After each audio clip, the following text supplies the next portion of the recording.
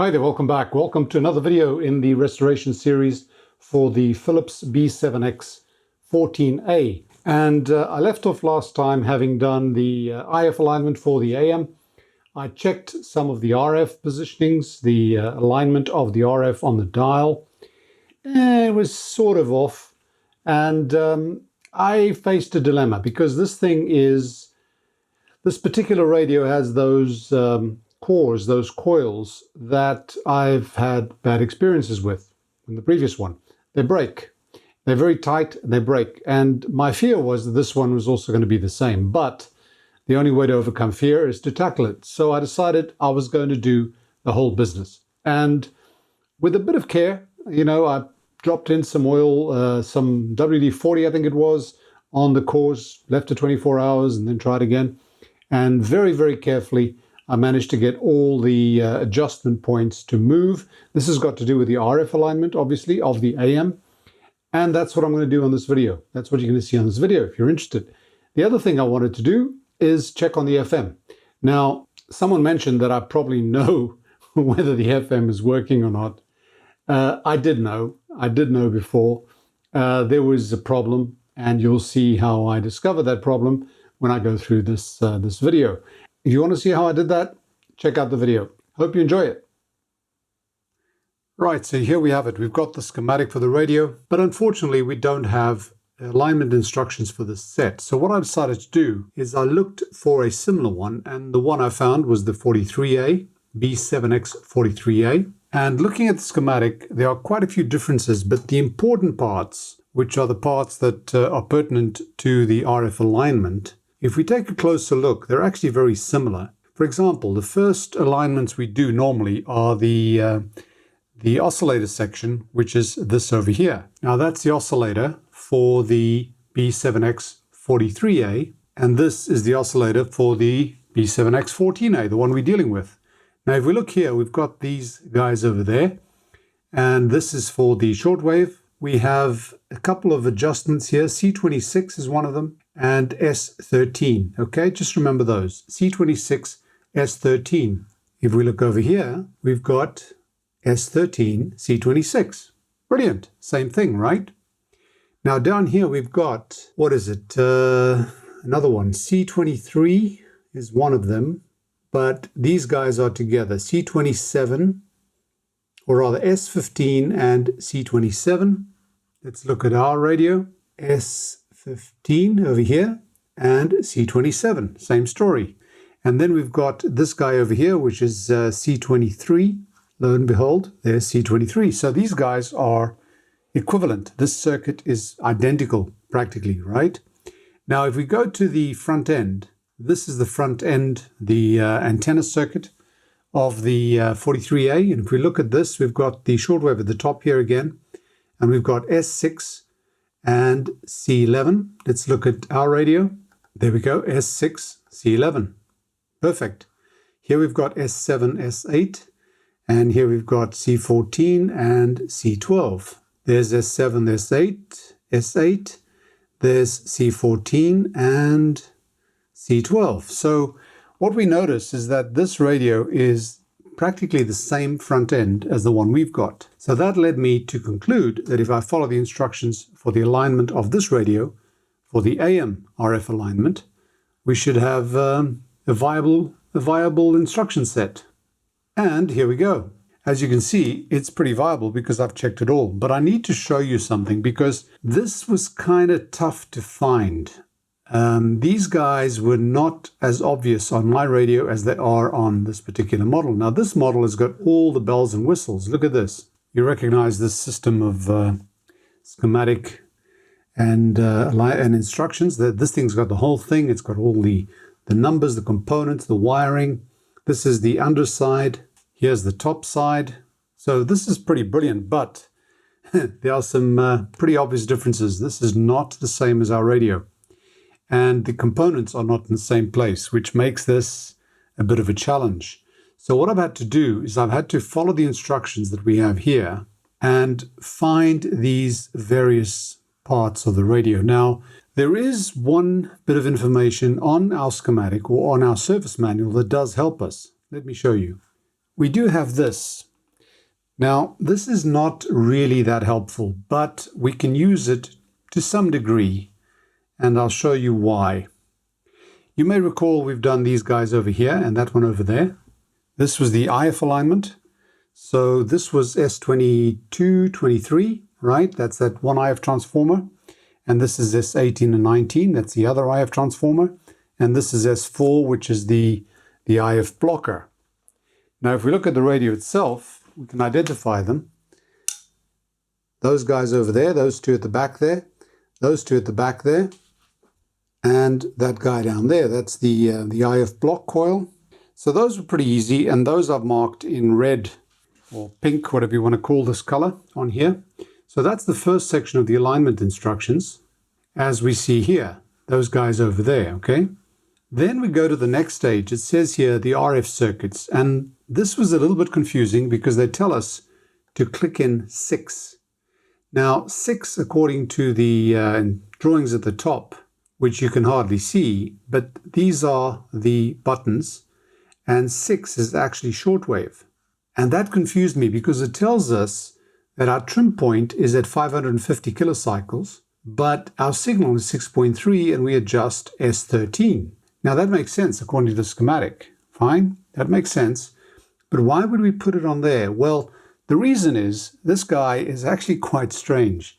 The 550 and the 6.3 and where is it? 550, 6.3 and 155.5, that's on long wave, are all perfectly aligned one on top of each other. And if you could see it closer, which is, take my word for it, these are aligned. There's 550, there's actually a little mark on the glass there. That corresponds to 6.3 megahertz. It also corresponds up here to 150, what is it, 153.5. So that means that you set it to that point because you've got a mark on the 550. But when you're making the adjustments, you're actually making on the shortwave as well as the long wave and the medium wave.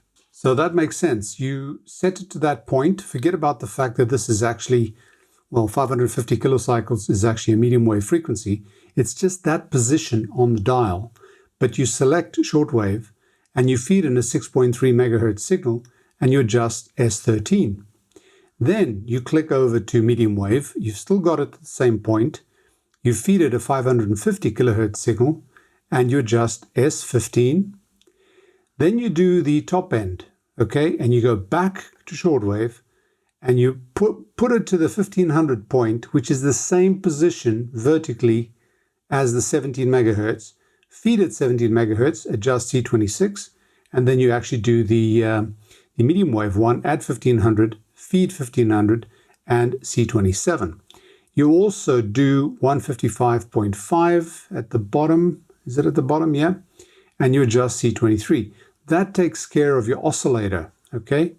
And what I decided to do is to paint these guys in a different color, and we see them here. We see S15, C26, S13, C27, and C23. I think that's the order that's done in. This takes care of the oscillator, these three guys. Now, the capacitors aren't marked on here. That's why it's a little confusing. That's why I've put them here. This is seen from the underside, and that's why it gets a little bit confusing. But once you flip this over, I marked it in the position where they are. You can sort of relate to where they are. So those guys are over here. There are the capacitors that I've drawn in, 1, 2, and 3.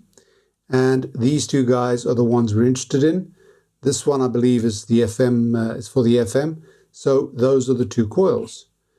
So that takes care of the oscillator section. And now we've still got the antenna circuit. Let me show you that. They tell us to set it or position at 550, so the bottom end. And then we've got S6 for shortwave. You feed in 6.3 megahertz and S6 for shortwave. And then with these two at 155.5, that's for the long wave, you adjust S8. And at 550, that's for medium wave, you adjust F7. Now S8 and S7 are these guys over here. And you move them backwards and forwards, and I did that. And I did it with a wooden stick, so you don't get your hand close up. If you do, it does adjust everything. Kind of messes up your alignments. But the other one, S6, is actually down at the bottom here. You can sort of see it there. There's S6, it's that coil. And then there are two capacitors here. Remember those two. Because once you've done S6, you've adjusted the two on the ferrite antenna, you go back to the top to 1500 kilohertz position, you feed in 1700 and you adjust C11. If you move down to 260 kilocycles, you have to adjust C14. And if you move down up to to medium wave, you adjust C12. Now where are those guys? Well, those guys are the ones I mentioned here. There's S6 and there's C11, C12. And I had a hell of a time finding, well, there's S8 and S7 and S8 on the ferrite antenna. But I had a hell of a problem finding C14 because on the drawing of the B7X14A, that's actually on the top. This guy is one of those little gimmick caps. And it's on the underside behind the switch. It's sort of positioned here, somewhere here on the underside behind the switch. And it's one of those caps with winding on it. So I didn't touch that. So the result is all these have been done. And on the radio, all the adjustments have been done. I've not skipped or skipped on the work because I did want to put this across.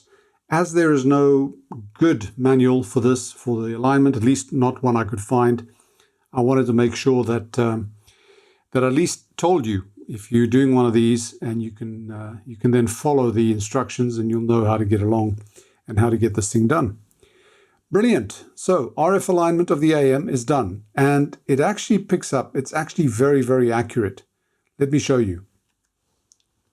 I've got this set to medium wave. Let's give it some volume.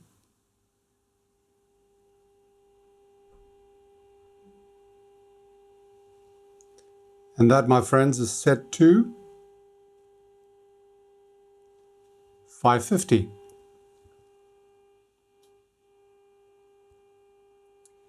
Now I'll change the signal generator to 6.3 megahertz. I'll select shortwave. And that is still on 550, which corresponds to 6.3 megahertz. Now I'll change this to 155.5 kilohertz. Long wave.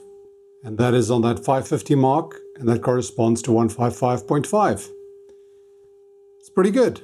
Now the top end on medium wave at 1.5 or 1500 kilohertz, exactly on there.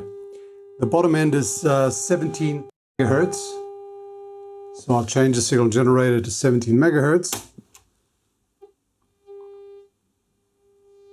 And that is near as damn it 17 megahertz.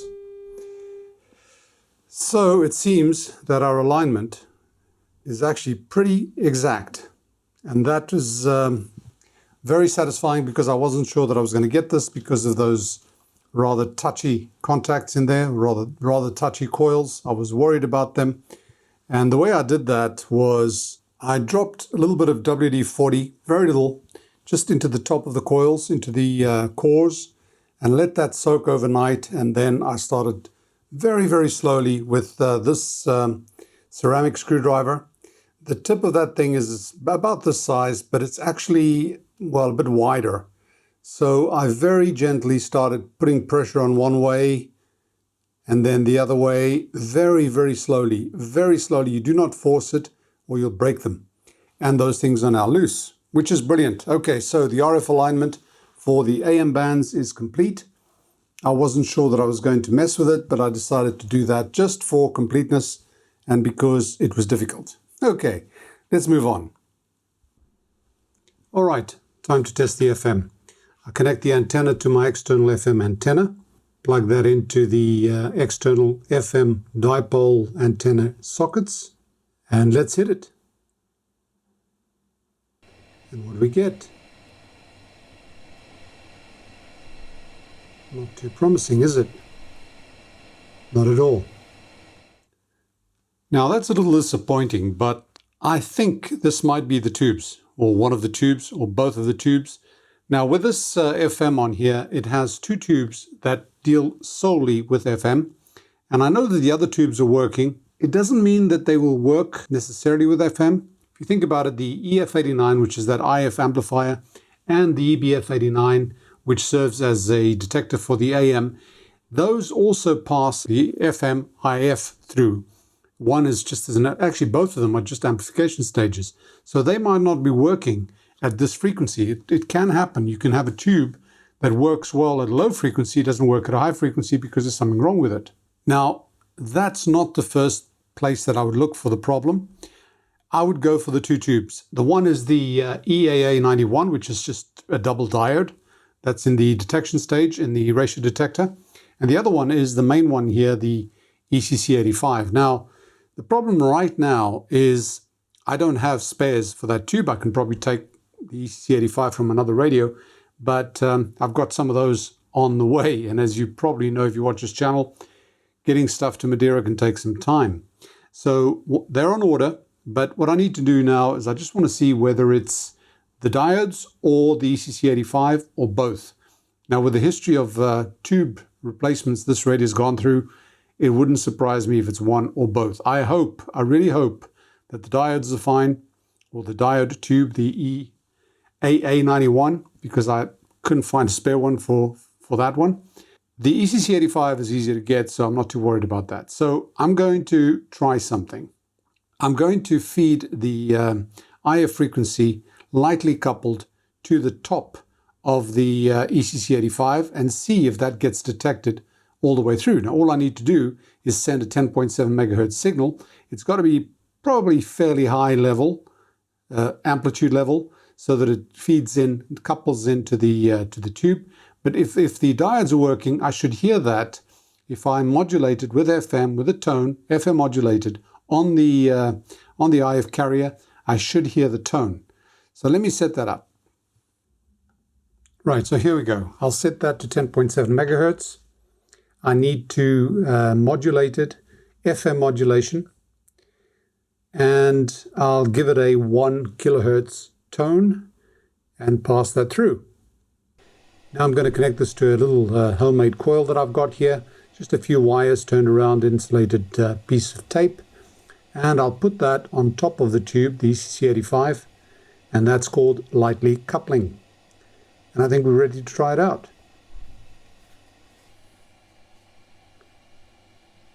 I don't hear anything yet, so I'm going to try and increase the amplitude of that signal. Remember, it's lightly coupled. Righto, here we go. I can hear it. It's coming through. Brilliant. The diodes are fine, so it must be the ECC85. Oh, that's a bit of a relief. Okay, I know what to do now. Okay, let's give it a shot.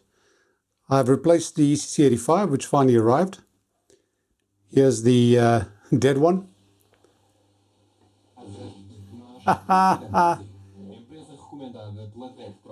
There we go.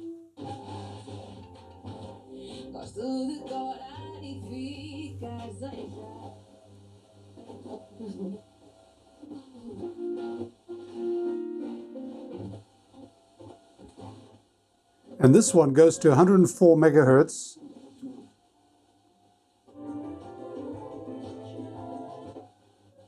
Which is a bit further than I'm used to. Usually they go to 100.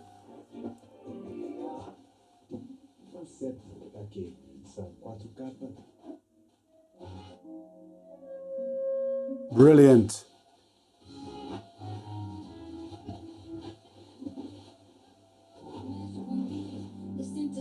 Trying to find some talk radio so I can show you.